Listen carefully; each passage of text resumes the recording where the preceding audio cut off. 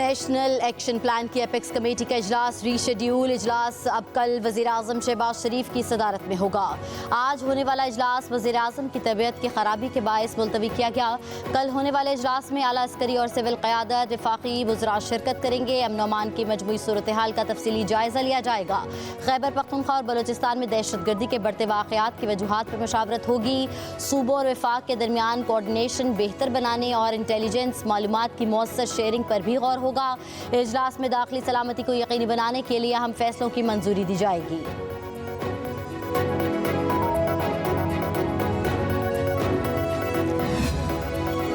एहतजाज के लिए किसी की इजाज़त की ज़रूरत नहीं है। एपेक्स कमेटी के इजलास में बानी पीटीआई का मामला उठाएंगे। वज़ीर आला खैबर पख्तूनख्वा अली अमीन गंडापुर का कहना है कि बानी पीटीआई की रिहाई के लिए हर सूरत इस्लामाबाद पहुँचेंगे। हम वापस नहीं आएंगे चाहे हमारे साथ जो भी हो जाए। कशीदगी किसी के मुफाद में नहीं, मसाइल को हल करने की ज़रूरत है। दहशत गर्दी के खिलाफ जंग में फ़ौज और कानून नाफिज करने वाले इदारों की कुर्बानियों का एहतराम है।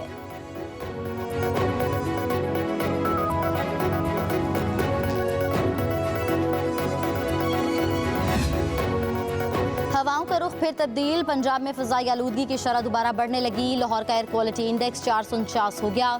नई दिल्ली के बाद बागों का शहर दुनिया का आलूदा तरीन शहर करार। मुल्तान में भी सूरत हाल अबतर होने लगी। आलूदगी की शरह 318 रिकॉर्ड।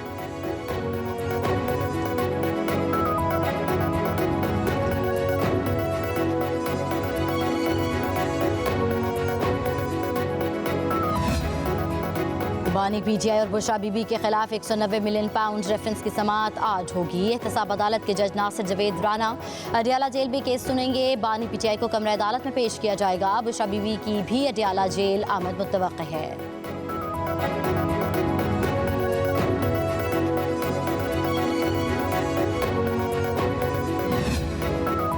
दरख्वास्तों की वसूली का आज से आगाज। दरख्वास्त के साथ 2 लाख रुपए जमा कराना होंगे। दूसरी किस्त कुरानंदाजी के बाद वसूल की जाएगी। 1 से 10 फरवरी बकाया हज व वाजबात अदा करना लाजमी।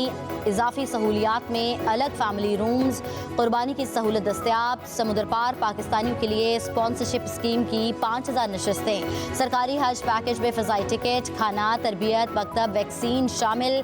तर्जुमान वजारत मजहबी अमूर का कहना है कि शदीद नोयत के पेचीदा अमराज के हामिल अफराद को सफ़र हज की इजाज़त नहीं। ख़वातीन आज़मीन हज सरपरस्त की इजाज़त से काबिल एतमाद ग्रुप के साथ बगैर महरम रवाना हो सकेंगी।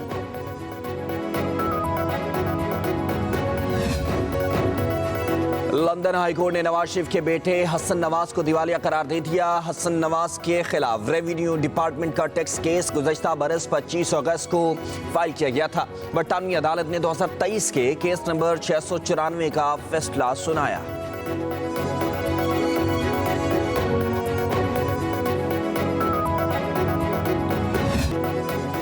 डो डाई का मसला है तो बानी अपने बच्चे भी लाए। बुशरा बीबी भी अपने बच्चों को लेकर आए और उन्हें पहली सफ में खड़ा करे। अवाम के बच्चों को सड़कों पर लाते हैं और खुद के बच्चे मुल्क से बाहर हैं।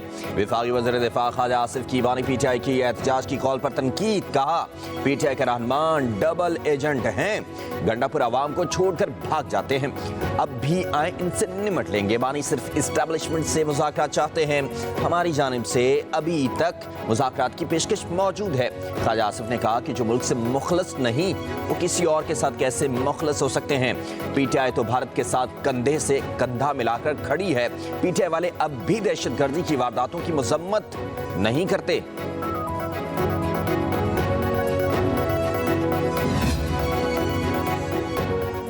पीटीआई का एहतजाज हुकूमत के लिए चैलेंज नहीं। एहतजाज की कॉल बगैर होमवर्क के दी गई। वज़ीर आज़म के मुशीर राना सनाउल्लाह कहते हैं पीटीआई की कॉल खुद उनके लिए नुकसान का बायस बनेगी। डायलॉग बानी पीटीआई की सियासत में नहीं है। कहा वीपीएन से मुतालिक इस्लामी नजरियाती काउंसिल ने गैर जरूरी राय दी। वीपीएन के इस्तेमाल का शरीयत से कोई ताल्लुक नहीं।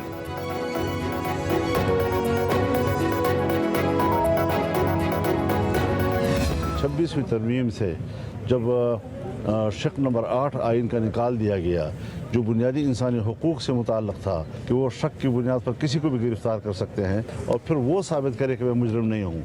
आज हर पाकिस्तानी पैदाइशी तौर पर मशकूक हो गया है, जिसको जब चाहे पकड़े 90 दिन तक अपने पास रखें, मज़ीद इजाफा भी कर सकें और उससे साबित करना है कि मैं मशकूक नहीं हूँ। 26वीं आईनी तरमीम के बाद इंसानी हुकूक के खिलाफ कवानीन बनाए जा रहे हैं। अपने ही मुल्क में लोगों को मशकूक बना दिया गया। मौलाना फजल रहमान की मीडिया से गुफ्तगू, कहा पीटीआई के एहतजाज का इल्म नहीं। खैबर पख्तूनख्वा 15 साल से सिक्योरिटी की बदतरीन सूरत हाल से गुजर रहा है। हुक्मरान शहरियों की जानो माल के तहफ़्फ़ुज़ के बजाय अपनी सियासत और कुर्सी बचाने में लगी है।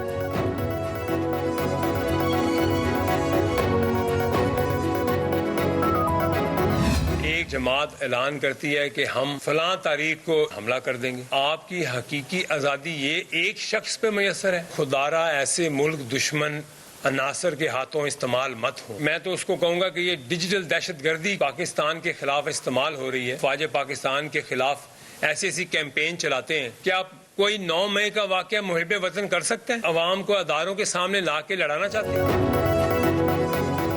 एक जमात मुल्क में अनारकी फैला रही है। इस्लामाबाद पर यरगाल की धमकियां देती है। मुल्क दुश्मन अनासर जिलाओ घिराव करके अदम इस्तेकाम पैदा करना चाहते हैं। पाकिस्तान इस्तेकाम पार्टी के रहनुमा ओन चौधरी की न्यूज़ कॉन्फ्रेंस, कहा क्या 9 मई का वाक़या कोई मुहब्बे वतन कर सकता है? खुदारा अवाम मुल्क दुश्मन अनासर की बातों में न आए, उनके असली चेहरों को पहचाने। पायदार तरक्की के लिए माशी पॉलिसियों का तसलसल नागुज़ीर है।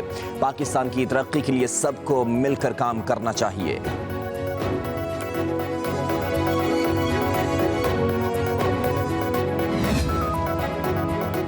वज़ीर-ए-आज़म शहबाज शरीफ के chairman Peoples Party Bilawal Bhutto Zardari के तहफ़्फ़ुज़ात दूर करने की हिदायत नायब वज़ीर-ए-आज़म इसहाक़ डार को जिम्मेदारी दे दी गई। इसहाक़ डार को पीपल्स पार्टी की क़यादत से राब्तों का हुक्म।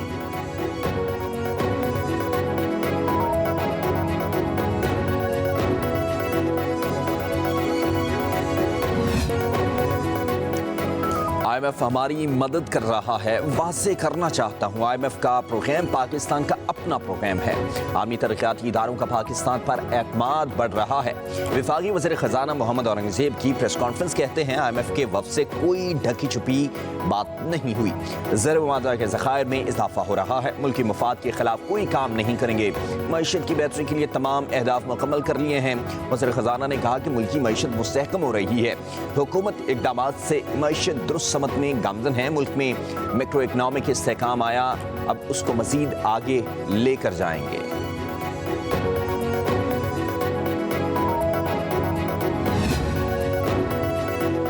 तहरीक इंसाफ पेशावर सिटी की तंजीम में इख्तिलाफात मज़ीद बढ़ गए। पेशावर ईस्ट के नायब सदर अब्बास खान भी मुसाफी, पार्टी ओहदों से इस्तीफा देने वाले जनरल सेक्रेटरी तकदीर अली और सीनियर नायब सदर मलिक असलम को मनाने की कोशिशें नाकाम हो गईं। तहरीक इंसाफ की तरफ से नई तकर्रियाँ कर दी गईं।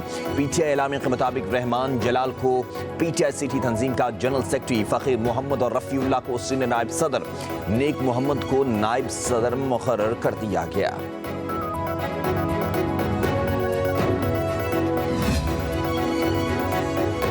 मुल्क में एक बड़े डायलॉग की ज़रूरत है। मुल्की मसाइल के हल के लिए तमाम सियासी जमातों को मिल बैठना होगा। आमिर जमात इस्लामी हाफिज़ नईमुर रहमान की इस्लामाबाद में प्रेस कॉन्फ्रेंस, बोले पाकिस्तान बेअमनी का मुतहम्मिल नहीं हो सकता। बलूचिस्तान और खैबर पख्तूनख्वा में मसाइल हल करने की ज़रूरत है।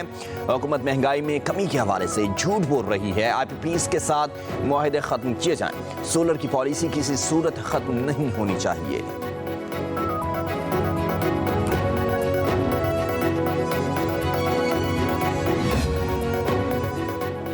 PB8CB के ज़िमनी इलेक्शन में पाकिस्तान पीपल्स पार्टी ने मैदान मार लिया। गैर रस्मी गैर सरकारी नतीजे के मुताबिक पाकिस्तान पीपल्स पार्टी के उम्मीदवार सरदार कोहियार खान डोमकी 35,565 वोट लेकर कामयाब हो गए।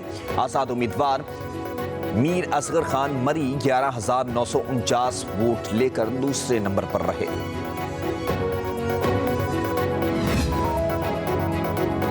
पंजाब में किसान कार्ड की तादाद 5 लाख से बढ़ाकर 7,50,000 कर दी गई। तर्जमान महकमे ज़राअत पंजाब के मुताबिक किसान कार्ड के लिए पोर्टल के जरिए 12,89,000 दरखास्तें वसूल हुई। 3,61,000 से ज़ायद किसान कार्ड वसूल कर चुके। किसान कार्ड से अब तक 18 अरब रुपए की खरीदारी की गई। काश्तकार बीज, खाद और ज़रूरी अद्वियात खरीद सकते हैं।